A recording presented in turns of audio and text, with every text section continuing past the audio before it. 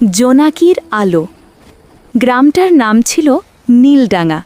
সন্ধে নামলেই সেখানে অদ্ভুত একটা ব্যাপার ঘটত। চারদিক অন্ধকার হলেও পুকুর পাড়ে জ্বলে উঠত হাজার হাজার জোনাকি।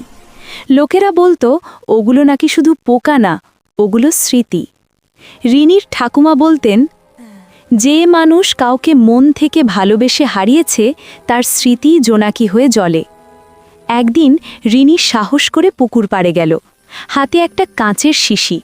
সে ফিসফিস করে বলল, বাবা, তুমি কি এখানে? হাওয়াটা হঠাৎ নরম হয়ে গেল। একটা জোনাকি এসে শিশির ভেতর ঢুকল। আলোটা অন্যগুলোর চেয়ে উজ্জ্বল। রিনির চোখ ভিজে উঠল।